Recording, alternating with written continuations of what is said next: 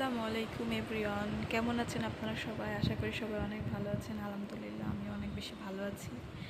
এই যে আমাদের আসলে নামাজ পড়তে দেখলেই আমার এই মিকি এসে এখানে বসে থাকে এরকম করে।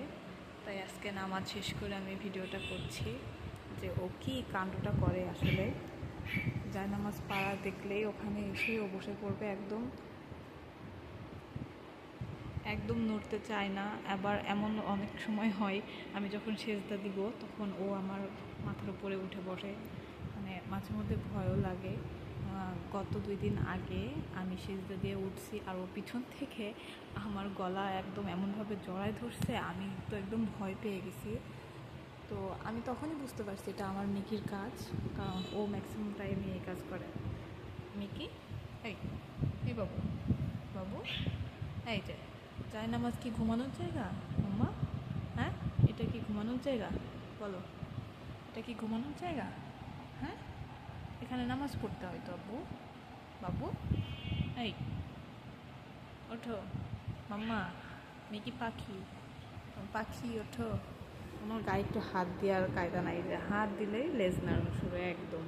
ঠিক আছে, আর কোন সময় ঝনত খচত করে একদম কামড় দিয়ে বসবে তার নাই ঠিক। এই হচ্ছে আমার মিকির অবস্থা, দেখুন আপনারা। এই যে ছেলে, ওঠো ওঠো ওঠো। আজকে আসলে বিষয়টা আপনাদের না দেখিয়ে পারলাম না, এই রোজকার দিনের ঘটনা। তো আজকে সবাইকে দেখিয়ে দিলাম যে আমার মিকির কাণ্ড কারখানা। ঠিক আছে, আর ও মাঝে মধ্যে যেভাবে লাফ দিয়ে দিয়ে ধরে, আসলে ভয়ই লেগে যায়, এমন একটা বিষয় আর কি। এইভাবে এইভাবে এসে যদি যায় না মাঝে শুয়ে পড়ে, তাহলে বলুন আমি সেজদা কিভাবে দিব? হ্যাঁ, মাঝে মধ্যে এত দুষ্টুমি করে বলার মতো না।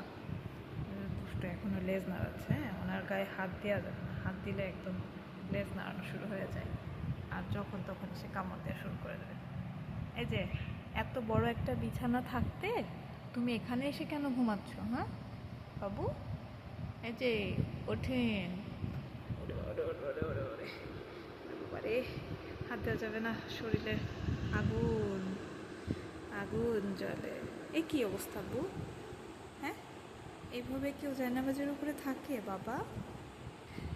কানের কি অবস্থা তোমার মা পাখি? কান দেখে কান দুমড়ায় গেছে। যাও ওঠো, বেডে যেয়ে সব যাও মা, বেডে যেয়ে সব বউ। আমার মির্জা যা, খুব হয়েছে নামাজ পড়া তোমার, যাও বেডে যাও, বেডে যাও। আমি জায়নামাজ উঠাবো, বেডে যাও।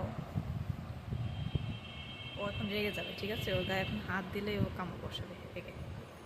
এই বেডে যাও, বেডে যাও। আমি বসি, বেডে যাও। তুমি এসে আমাকে ডিস্টার্ব করছো? হ্যাঁ, তুমি তো আমাকে এসে আগে ডিস্টার্ব করেছো, আমি কি তোমাকে ডিস্টার্ব করেছি? বলো। বাবারে, বাবারে, কী অবস্থা, কী অবস্থা? হ্যাঁ, কি?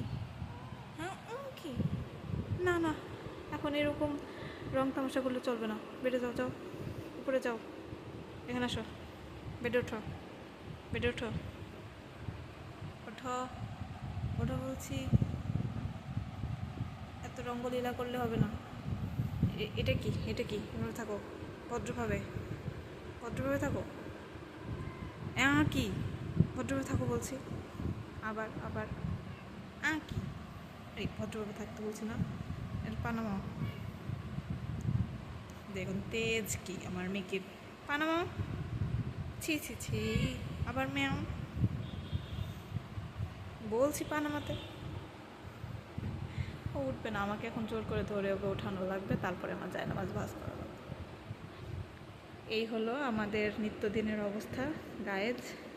সবাই আমাদের জন্য দোয়া করবেন, আমার মিকি, আমার টোকো, সবার জন্য দোয়া করবেন। নিকিতা যেন ওরা সবসময় ভালো থাকে, সুস্থ থাকে এবং এইভাবে আমাদের সাথে সুন্দরভাবে মিলেমিশে থাকে। আল্লাহ তাআলা যেন ওদেরকে সবসময় ভালো রাখে। এবং আপনাদের যাদের বাসায় এমন বেড়াল আছে, সবার জন্য অনেক অনেক দোয়া রইল আমার পক্ষ থেকে। এবং পৃথিবীতে যত অসহায় বেড়াল আছে তাদের জন্য আমার খুব কষ্ট লাগে। আমি আল্লাহকে সবসময় বলি, আল্লাহ তুমি একমাত্র তাদের মালিক, তুমি ছাড়া আসলে তাদের কোনো উপায় নেই, তাই তুমি তাদেরকে রক্ষা করো। এবং আমাদের উছিলাই যে এই বিড়ালগুলো ঘরে থাকে ওদেরকে ঠিক মতন আমরাও যেন টেক কেয়ার করতে পারি, এটার জন্য দোয়া করি। এবং আপনারাও সবাই আপনাদের বিড়ালকে দেখে শুনে রাখবেন, ঠিক মতন চিকিৎসাগুলো দিবেন এবং ভালো রাখবেন। তো সবাই ভালো থাকবেন। এখানেই আমি আজকের আমার ভিডিও শেষ করছি। আর আমি মিকিকে এবার উঠাবো বিছানায়, ও আমাকে এখন কামড় দিবে ধরতে গেলে, বদ রাগ হয়ে গেছে ও, ঠিক আছে, ও এখন রাগ হয়ে গেছে। ওঠো ওঠো, ঠিক আছে, আল্লাহ হাফেজ সবাইকে।